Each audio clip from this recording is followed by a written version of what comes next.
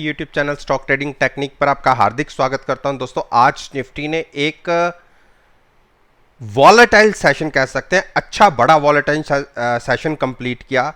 एक टाइम तक हम तकरीबन 100 पॉइंट्स की अपसाइड मूव दिखाने के बाद वो सारी मूव खत्म हुई और हम 15 पॉइंट के आसपास नेगेटिव साइड पर क्लोज हुए। और अगर मेरी आपने कल की वीडियो नहीं देखी, उसमें मैंने बिल्कुल कहा था कि निफ्टी 15,935 को टच कर सकती है। और यह मैंने किस बेस के ऊपर कहा था? पिछले रिसेंटली जो हाइज थे वो 15,935 के ही थे और वहां से बार बार इसको एक सेलिंग प्रेशर देखने को मिलता है, वो एक रेजिस्टेंस फेस होती है और वहीं से निफ्टी बार बार गिरावट दिखाती है। आप देख लीजिए, यहां से जब हमने बड़ी गिरावट दिखाई उसके बाद हमने सपोर्ट देखे 20 डेज मूविंग एवरेज पे लिया। 4-5 दिन लगातार हम गिरावट के साथ ट्रेड करते रहे। 2 दिन का कंसोलिडेशन फेस हुआ और उसके बाद जो पिछला ट्रेडिंग सेशन मंडे का था उसमें एक हमने 9 डेज मूविंग एवरेज के ऊपर क्लोजिंग दिखाई थी। और मैंने अपनी कल की वीडियो में कहा था कि एक मूव हमें 15,935 तक देखने को मिल सकती है और उसके बाद अगर उसके ऊपर क्लोजिंग होती तो 16,000 के टारगेट थे और इसके ऊपर मैंने कोई तेजी नहीं बोली थी। पहला टारगेट जो आज के लिए था 15,935 का था और जो आज हाई लगा 15,930 का, यानी जो मैंने कल कहा था आपको वो टारगेट अचीव हो गए। अब जाते जाते हमने बिल्कुल लोएस्ट पॉइंट पर क्लोजिंग दिखाई है। खुलते ही कोई ट्रेड मत लीजिएगा, जिसको नई पोजीशन लेनी है 15,770 क्रूशियल सपोर्ट है। उसके बाद जो अगली बड़ी सपोर्ट बनती है 15,720 की, यानी 50 पॉइंट्स नीचे जाके हमें एक सपोर्ट है 770 और उसके बाद 720। इन दो सपोर्ट पे नजर होगी। अगर गिरावट में ये ब्रेक होती हैं और कंटिन्यूस हमने नीचे ट्रेड करते रहते हैं तो एक 15,500 तक का एक डिप आपको देखने को मिल सकता है।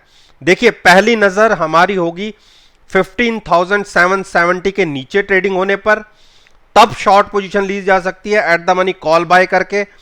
और 50 पॉइंट्स और नीचे अगर हम ब्रेक करते हैं 15,720 को तो उसके बाद 200 पॉइंट की और गिरावट की पॉसिबिलिटी बन जाती है। तो देख बाल कर ही ट्रेड लीजिएगा। अब बात करते हैं हम बैंक निफ्टी। देखिए, बैंक निफ्टी ने, देखिए ये जो मैंने अपनी ट्रेंड लाइन ड्रॉ की हुई थी, आप देखिए येलो कलर की, आज का जो हाई लगा इसी ट्रेंड लाइन को लगा और मैंने ये कहा था कि इसका दायरा अब ये होगा। मैंने आपकी कल की वीडियो में भी कहा था कि अगर हम 35,450 के ऊपर ट्रेडिंग करना शुरू करेंगे तो हम इस टेरिटरी के अंदर एंटर कर जाएंगे और 10 से 15 मिनट अगर ट्रेडिंग हमें इसके अंदर मिल जाती है तो हम इस ट्रेंड लाइन को छू सकते हैं। और आज के दिन में जो 600 पॉइंट्स की मूव आपको देखने की मिली वो यहीं पर जाके कंप्लीट हुई। और ये लाइन आप मेरी कल की वीडियो में भी देख लीजिए, ये मैंने पहले से ड्रॉ कर रखी है, ये नहीं कि आज करी है। अब यहां से कल के लिए क्या पॉसिबिलिटी बनती है? देखिए, बैंक निफ्टी में एक बड़ा ब्रेकआउट होने की तैयारी हो रही है और अगर 35,450 के ऊपर बैंक निफ्टी बना रहता है, क्लोजिंग मिली है हमें 630 की, मैं 150 पॉइंट और नीचे की बात कर रहा हूं। अगर इसको सपोर्ट मिलती रहती है 35,450 को 50 पर, तो जो बड़ी मूव कंटिन्यू होगी वो होगी 36,000 की। और 36,000 के आसपास तो आज भी प्राइस लगा 900 मान लीजिए, तो अभी बैंक निफ्टी में मुझे कोई गिरावट नजर नहीं आती। 3 दिन के पिछले वॉल्यूम्स देख लीजिए, 2 दिन नॉर्मल के आसपास रहे और आज नॉर्मल से ऊपर वॉल्यूम रहे। तो हमने कल के कंपैरिजन में बैंक निफ्टी ने तकरीबन 300 पॉइंट पॉजिटिव साइड पर क्लोजिंग की है, जबकि बैंक निफ्टी ने अंडर परफॉर्म किया है। तो बिल्कुल इस स्टॉक के अंदर बने रह सकते हैं। देखिए, निफ्टी को मैं मान के चल रहा हूं कि एक गिरावट गहरा सकती है, लेकिन जिस हिसाब से बैंक निफ्टी की क्लोजिंग आई है, मुझे बैंक निफ्टी उस हिसाब से गिरावट के संकेत नहीं दे रही जब तक 35,200 को ब्रेक नहीं करती। तो पॉजिटिव बने रह सकते हैं। हो सकता है कि थोड़ा सा सुबह हम गैप डाउन ओपन हो जाएं, और अगर 35,425 के आसपास तक भी हम होल्ड करते रहते हैं तो भी कोई दिक्कत नहीं है। दिक्कत शुरू होगी 35,200 के नीचे ट्रेडिंग होने पर, जिसकी मैं पॉसिबिलिटी कम मान के चल रहा हूं। तो इसकी ट्रेडिंग रेंज अब मान के चल लीजिए फिलहाल 35,425 से लेके 36,000। हमें 625 की क्लोजिंग मिली है। तो डिप पर आप बाइंग करने की स्ट्रेटजी ले सकते हैं। बुलिश क्रॉसओवर की पॉसिबिलिटी बन रही है, एक बड़ी मूव बैंक निफ्टी में तैयारी दिख रही है। अब बात करते हैं रिलायंस। देखिए, रिलायंस 2160 के ऊपर एक बार क्लोजिंग मिले, 2180 क्रॉस करे तो आपको 2200 इजीली दिखेंगे। आज के दिन में एक छोटी सी गिरावट जरूर आई है, लेकिन वॉल्यूम्स पार्टिसिपेट नहीं कर रहे इस स्टॉक को, और पार्टिसिपेट सॉरी कह रहा हूं, वॉल्यूम के हिसाब से पार्टिसिपेशन नहीं है। और अगर एक गिरावट और किसी कारण से इस स्टॉक में दिख जाती है तो 2110 के आसपास फिर से लॉन्ग कर लीजिए, बाय करिए, eight the money put buy कीजिए और फ्यूचर्स को लॉन्ग रखिए। एचडीएफसी बैंक, देखिए मेरा 1548 का टारगेट था एचडीएफसी बैंक का, जो आज एक ही दिन में अचीव हो गया। और मैंने कल की वीडियो में आपको कहा था कि हो सकता है कि जैसी क्लोजिंग मिली है आपको ये 1540 के टारगेट दिखा दे, और आज की एक कैंडल ही देख लीजिए, 1548 का हाई लगाने के बाद क्लोजिंग मिली है 1538 की। और वॉल्यूम्स देखिए, इसी वॉल्यूम्स की मैं आपको बात कर रहा था कि अगर स्टॉक को ऊपर मूव करवाना है तो वॉल्यूम्स इस तरीके से होने चाहिए। आप देखिए, डबल वॉल्यूम हुए हैं, फ्रेश ऐड तो हुई हैं, साथ में शॉर्ट कवरिंग आई है। अब यहां से आपको क्या करना है, देखिए ये बहुत बड़ी एक जो ऊपर की तरफ रेजिस्टेंस है 1548 की। आप देखिए, अगर मैं बात करूं 15 मार्च से, 15 मार्च के बाद अप्रैल मई जून जुलाई, 3.5 महीने के अंदर इस स्टॉक ने इन प्राइसेस को 4 बार छुआ है। और पहली बार आज ऐसा हुआ है कि इसने कोशिश की, लेकिन निफ्टी के अंदर एक बड़ी गिरावट दिखी, उस वजह से ये स्टॉक अपने जो पिछले 3-4 महीने का हाई था उससे नीचे क्लोज हुआ। अदरवाइज आज 100% ऐसा दिख रहा था कि ये स्टॉक 1560 के ऊपर क्लोज होता, लेकिन निफ्टी में गिरावट दिखी तो इस स्टॉक ने भी उसके साथ साथ साथ दिया। तो आप ये मान के चलिए, शॉर्ट कवरिंग रैली भी थी, नए ऐड भी हुए हैं। अगर आप इस स्टॉक को डिप पर बाय करना चाहते हैं तो आप भूल जाइए कि हमें ऊपर से फ्यूचर्स को बाय करना है, या उसके साथ हम 1500 के नीचे की अगर गिरावट कल को आती भी है तो हम पुट सेल करके चल सकते हैं। तेजी हम इस स्टॉक में पुट सेल करके भी ले सकते हैं। खुलते ही कोई ट्रेड नहीं लेना। अगर गिरावट के साथ ट्रेड करता है तो मार्केट को स्टेबल होने दीजिए, स्टॉक में गिरावट आने दीजिए, तो डिप पर सेल करेंगे।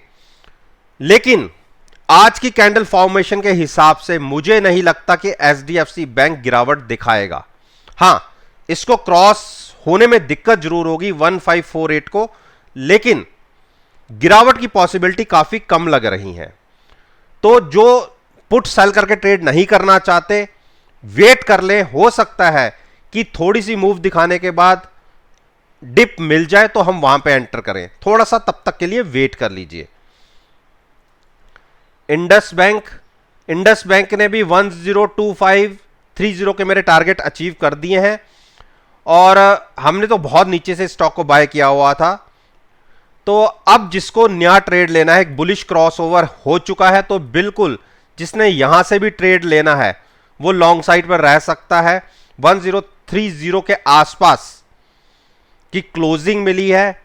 कल अगर गिरावट आती भी है और अगर ये स्टॉक 1000 के ऊपर टिका रहता है तो बिल्कुल लॉन्ग कर सकते हैं। Eight the money put buy करके फ्यूचर्स को लॉन्ग किया जा सकता है। एचडीएफसी ने देखिए नीचे से एक बढ़त दिखाई थी, और आप सभी को पता है ये स्टॉक हमारा 2450 के आसपास लॉन्ग है, और साथ में पुट बाय की हुई है, फ्यूचर्स को लॉन्ग किया हुआ है। ये हमारा ट्रेड यहां से बना हुआ है, और पिछली वीडियो में भी मैंने कहा था कि अगर डिप पर मिले तो इसको लॉन्ग ही ले जाइएगा। 2 दिन पहले भी हमें वो रेट दिखे, और जो आज हाई लगाया इस स्टॉक ने 2525 के आसपास का हाई लगा दिया। और मैंने आपसे क्या कहा था कि अगर ये 2525 के ऊपर क्लोजिंग दे देता है, 20 या 25 के ऊपर क्लोजिंग दे देता है, तो आपको 2600 के टारगेट देखने को मिल जाएंगे। आज की कैंडल फॉर्मेशन मैं मानता हूं कि एक बेरिश डोजी है, लेकिन 2500 भी एक अच्छा प्राइस है लॉन्ग ले जाने के लिए। कल अगर गिरावट में और नीचे मिल जाता है तो एक एडिशनल और बेनिफिट होगा। जिसको नई एंट्री लेनी है लॉन्ग साइड पर, साथ में पुट बाय कीजिए और फ्यूचर्स को लॉन्ग रखिए।